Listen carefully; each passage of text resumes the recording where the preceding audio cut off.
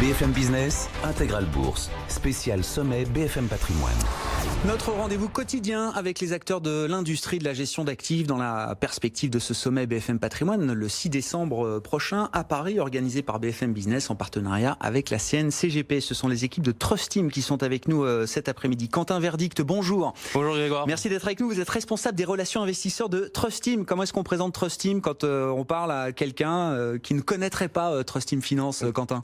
Donc, Trust Team Finance est une société de gestion actifs indépendante française. Aujourd'hui, on gère 1,2 milliard d'actifs avec une particularité forte, c'est qu'on prend en compte dans nos investissements un critère extra-financier qui est la satisfaction client des entreprises. Ce qui nous permet aujourd'hui d'avoir une gamme commercialisée 100% ISR. Ouais, j'adore ce facteur, on en a déjà parlé avec vos équipes qui sont venues nous voir.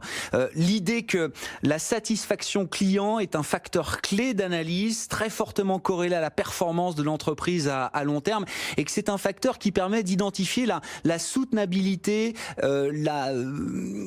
soutenabilité de la croissance et du modèle économique de l'entreprise. C'est là où on fait le lien avec l'ISR, donc la gestion et l'investissement socialement responsable. C'est quoi d'ailleurs le lien, la corrélation que vous faites justement entre ce critère d'analyse et la logique de finance responsable, Exactement, Quentin. Grégoire. Aujourd'hui, pour la satisfaction client et le lien entre la performance financière et la performance extra-financière des sociétés.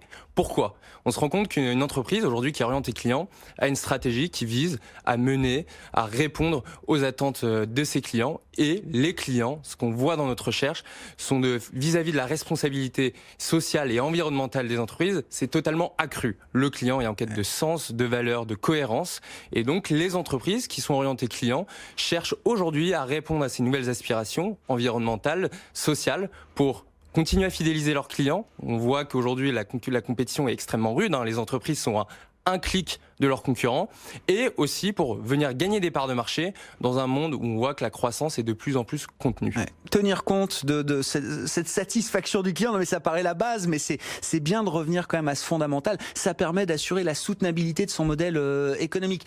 Alors vous l'avez dit, effectivement, les comportements des clients, des consommateurs ont considérablement évolué. Il nous reste quelques minutes pour en discuter, Quentin, mais comment vous mesurez, comment vous analysez l'évolution justement de ces comportements de consommateurs et de clients pour les entreprises? Alors, ce qui est important, c'est de voir déjà cette révolution digitale qui a changé totalement la phase entre un client et son entreprise. Aujourd'hui, le client, dans toute l'histoire du commerce, c'est la première fois qu'il peut donner son avis en temps réel auprès de centaines de milliers, de centaines de milliers de personnes, grâce à l'émergence d'Internet, des réseaux sociaux et des applications. Et un avis qui compte, c'est ça. Exactement. Et on se rend compte que le rapport de force, donc entre une entreprise et son client, c'est totalement inversé. Aujourd'hui, le client a le pouvoir de vie ou de mort d'une entreprise. Et on le voit très bien. Alors justement, pour reboucler par exemple avec l'ISR, il y a un exemple assez concret, donc, qui est l'application Yuka, une application donc, qui a été développée par 3 Français, qui aujourd'hui a été téléchargée pratiquement par 7 millions de personnes, qui vous donne en temps réel la composition d'un produit alimentaire ou cosmétique. Donc aujourd'hui, un client, quand il va dans un supermarché, pour comparer 2 produits, il va comparer grâce à son application, voir ce qu'il y a dans les produits, et donc forcément orienter son achat plus vers les produits sains, qui seront bien notés, et moins dans des produits, comme c'était le cas par le passé, qui ont pu être poussés grâce à un marketing efficace et grâce à une stratégie produit intéressante. C'est marrant que vous parliez de Yuka, parce que je me suis fait avoir il y a quelques temps. C'est-à-dire que j'ai téléchargé, mais alors après, vous passez votre temps à scanner tous les produits en rayon. C'est-à-dire que vous devenez scanner professionnel derrière. En tout cas, ça montre bien que les entreprises, demain, vont, pour gagner des parts de marché, et continuer aussi à garder leurs clients, donc on voit bien la fidélité aussi extrêmement importante, vont devoir apporter plus de transparence et donc aller vers des produits avec une meilleure qualité nutritionnelle, moins d'additifs et une dimension biologique forte. Comment vous mesurez ce critère de la satisfaction? Parce que c'est plus compliqué à mesurer qu'un EBITDA, par exemple, Quentin. Non, mais vous avez un bureau de recherche très important à ce sujet, on en avait parlé là aussi avec vos équipes. Vous travaillez avec des modèles d'intelligence artificielle, c'est ça, il y a vraiment des outils technologiques qui sont à votre disposition aujourd'hui pour évaluer cette satisfaction client. Exactement. Alors concrètement, depuis plus de 8 ans maintenant, nous avons mis en place un process d'investissement qui s'appelle le process ROC, Return on Customer, donc ce retour sur le client. C'est intéressant. Avec vraiment une volonté d'aller identifié sur 3 étapes majeures. Donc la première étape, qui est une étape où on va identifier quelles sont les entreprises qui ont les taux de satisfaction client les plus élevés ou les plus en croissance au sein d'un secteur. Et donc effectivement, comment on fait concrètement? Aujourd'hui, on a un écosystème d'une 40aine de fournisseurs de données, dont Ipsos, par exemple, un institut de sondage indépendant, le premier en Europe, avec qui on a co-créé une étude sur 17 secteurs en Europe depuis 7 ans. Et aussi avec Daisy, on avait parlé la dernière fois, avec bien entendu des fournisseurs comme Synomia ou Toluna, qui nous permet effectivement d'aller screener ce qui se dit sur le web sur une société. Deuxième étape, on va interroger les entreprises pour savoir comment elles mettent en place leur stratégie client. Donc concrètement, comment vous répondez à la satisfaction de vos clients. Est-ce que régulièrement, vous allez mesurer les attentes?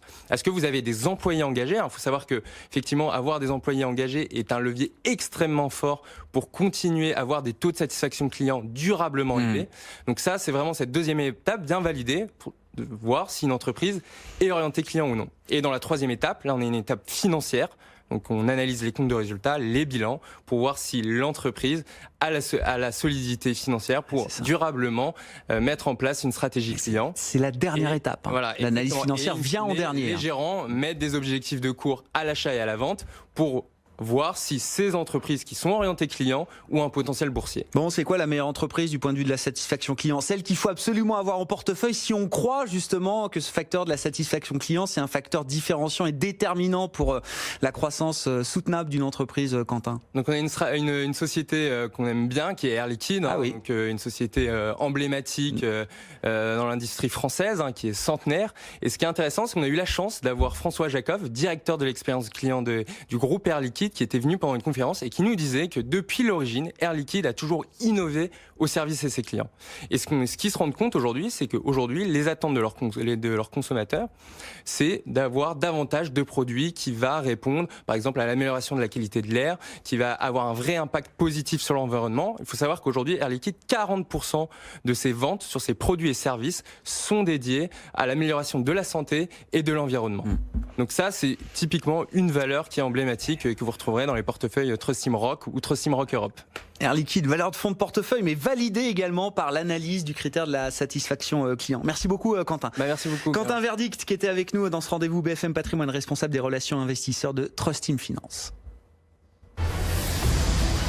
Le sommet BFM Patrimoine avec la CNCGP le 6 décembre sur BFM Business.